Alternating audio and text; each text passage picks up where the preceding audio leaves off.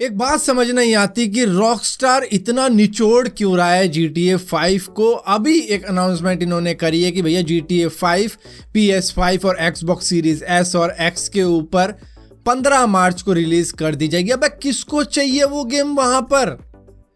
कोई नहीं मांग रहा। हम सब वेट कर रहे हैं GTA 6 का। और खैर इसके बारे में भी कुछ हिंट ऐसे ही बताई जा रही है कि इन्होंने कहा है कि हाँ भाई वो बन रही है, हम उसके ऊपर काम कर रहे हैं और वो 2023 या 24 के बीच में आपको देखने को मिल सकती है। और ये 2022 आ चुका है। अगर इस तरीके से होता मामला तो शायद हमको ट्रेलर देखने को मिल जाएगा इस साल के एंड में। अगर ना मिला तो ये मान के चलना कि इसके ट्रेलर आने के 1 साल बाद ये आएगी, क्योंकि ये कम से कम बता रहा हूँ 2 साल भी लग सकते हैं ट्रेलर आने के बाद में। क्योंकि नवंबर 2011 को GTA 5 का ट्रेलर आया था और ये रिलीज कब हुई थी? 17 सितंबर 2013 को। तो ऑलमोस्ट 2 साल लिए थे इसने। तो इसके लिए एटलीस्ट 1 साल तो हम लगा ही सकते हैं कि 1 साल के बाद ही आएगी ट्रेलर के आने के बाद। दोस्तों एक गाना तो आपने सुना ही होगा, ऐसा हो ही नहीं सकता कि आपने सुना हो कच्चा बादाम। काफी ज्यादा फेमस हुआ है इस वक्त में और वायरल भी हो रहा है। ना सिर्फ इंडिया के अंदर, बाहर देश के लोग भी इसके ऊपर शॉर्ट वीडियो बना रहे हैं और नाच गाना कर रहे हैं। इस बंदे के साथ में लोगों ने गाने बनाए भी, रिमिक्स भी किए, लेकिन इसको कुछ भी प्रॉफिट नहीं मिला है, जिसकी वजह से इसने पुलिस स्टेशन में भी कह दिया है कि भैया ये गाना तो सारी दुनिया में वायरल हो गया, सबने गाने वाने बना के व्यूज भी कमा लिए। 20-20 मिलियन व्यूज आए हैं उन वीडियोस पे जिसमें रिमिक्स किया गया है इस गाने को, और शॉर्ट वीडियो के ऊपर भी काफी ज्यादा व्यू आए हैं, लेकिन इसको कुछ प्रॉफिट नहीं हुआ, ऐसा इसका कहना है। इसने पुलिस स्टेशन में भी एक कंप्लेंट दर्ज करा दी। और अक्सर ऐसा होता ही है कि मतलब किसी भी बंदे ने, अगर इसने गाना ये कंपोज किया है, लिरिक्स वगैरह लिखे हैं और गाता रहता था ये अपने पीनट्स बेचने के लिए, लेकिन जब लोगों की नज़र पड़ी इसके ऊपर कि इसने एक गाना बनाया, बहुत ज़्यादा वायरल भी हो गया है, तो उसको रिमिक्स कर दिया। उनको तो मिल गया काफ़ी ज़्यादा पैसा रिमिक्स करके, उसके बाद में उस पर व्यूज़ वगैरह पाके, लेकिन इस बंदे का कुछ नहीं हुआ। दोस्तों एक जर्मन आर्टिस्ट है जिसने अपनी क्रिप्टो करेंसी को लॉन्च करने का तरीका कुछ ऐसा निकाला कि उसने न्यूयॉर्क सेंट्रल पार्क में जाकर अपना 186 किलो का गोल्ड क्यूब, जो कि 24 कैरेट प्योर गोल्ड क्यूब था, वो करीबन 12 मिलियन US$ की वर्थ का है, वो इसने रख दिया वहाँ पर ले जाके। ऐसे नहीं अकेला चला गया था, सिक्योरिटी गार्ड वगैरह थे इसके साथ में, और वहाँ पर रख के इसने अपनी क्रिप्टो करेंसी को कुछ इस तरीके से प्रमोट किया है। पब्लिसिटी स्टंट कह लो इसको।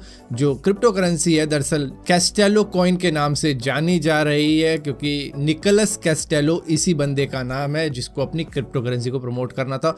और ये खुद इतना ज़्यादा अमीर है कि इतना महंगा एक गोल्ड का क्यूब बनाया और उसके बाद में रख भी दिया पार्क में जाके। दोस्तों आपने कई सारी वेबसाइट देखी होंगी और वहाँ पर शायद डोनेशन वगैरह भी करी होगी, जो कि कुछ लोग होते हैं कहते हैं कि हमें बीमारी हो रखी है, या फिर किसी देश में कोई संकट आ गया तो वहाँ के लिए डोनेशन कर दिया, या फिर कोई कुछ चल रहा है उसके ऊपर किसी ने फंड रेज करवाना चाहा तो वहाँ पर आपने डोनेशन कर दी। तो इसी तरीके से एक वेबसाइट है GoFundMe, जिसने करीबन 10 मिलियन कैनेडियन डॉलर ब्लॉक कर रखे हैं कैनेडियन ट्रकर्स के, जो कि करीबन होते हैं 60 करोड़ रुपए। दरअसल वो प्रोटेस्ट कर रहे थे कोविड-19 की वैक्सीनेशन को लेके। अब जो भी बात हो, लेकिन लोगों ने उनको सपोर्ट किया और GoFundMe के ऊपर करीबन 60 करोड़ रुपए दिए भी, लेकिन वो उन ट्रकर्स को मिले ही नहीं जिसने भी वो पेज बनाया था, जो भी वो मतलब प्रोटेस्ट को आगे चलावाना चाहता था इस फंड को लेके। क्योंकि फंड तो चाहिए जब प्रोटेस्ट करवा रहे हो, जैसे कि कई जगह हुई है, आपने देखा भी होगा, तो वहाँ के लिए पैसा तो चाहिए होगा, तो वो चाहिए था, लेकिन इन्होंने वो प्रोवाइड ही नहीं किया उनको, जो भी इन्होंने जुटाया था। और एलॉन मस्क ने इसके ऊपर एक ट्वीट भी डाला है जहाँ पर GoFundMe को प्रोफेशनल थीफ बताया, क्योंकि उन्होंने 60 करोड़ रुपए हजम कर लिए हैं इनके।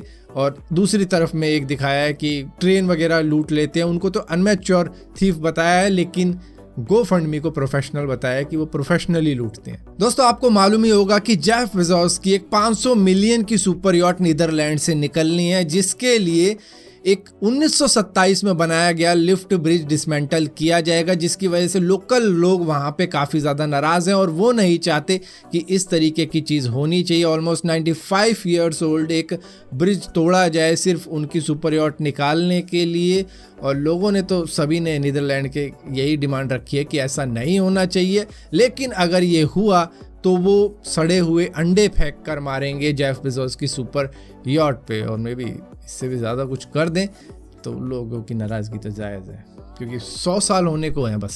दोस्तों, आप में से बहुत से लोग जो मुंबई में रहते हैं उनके साथ में शायद कुछ लफड़ा हुआ होगा जियो के नेटवर्क को लेके। वहां पर नो नेटवर्क आ रहा था, कोई भी सिग्नल नहीं आ रहा था जियो का दोपहर के अंदर, जिसकी वजह से काफी ज्यादा बवाल क्रिएट हुआ इंटरनेट के ऊपर। बहुत सारे मीम भी बने इन सब को लेके कि संडे को आना, मस्त नहा धो के आना, मतलब संडे को तुम्हारा नेटवर्क आएगा। इसी के साथ साथ एक जगह गजब बेइज्जती है, मुकेश अंबानी कह रहे होंगे, उसके बाद वो ड्यूटी पे भी लग गए तार वार जोड़ने के लिए।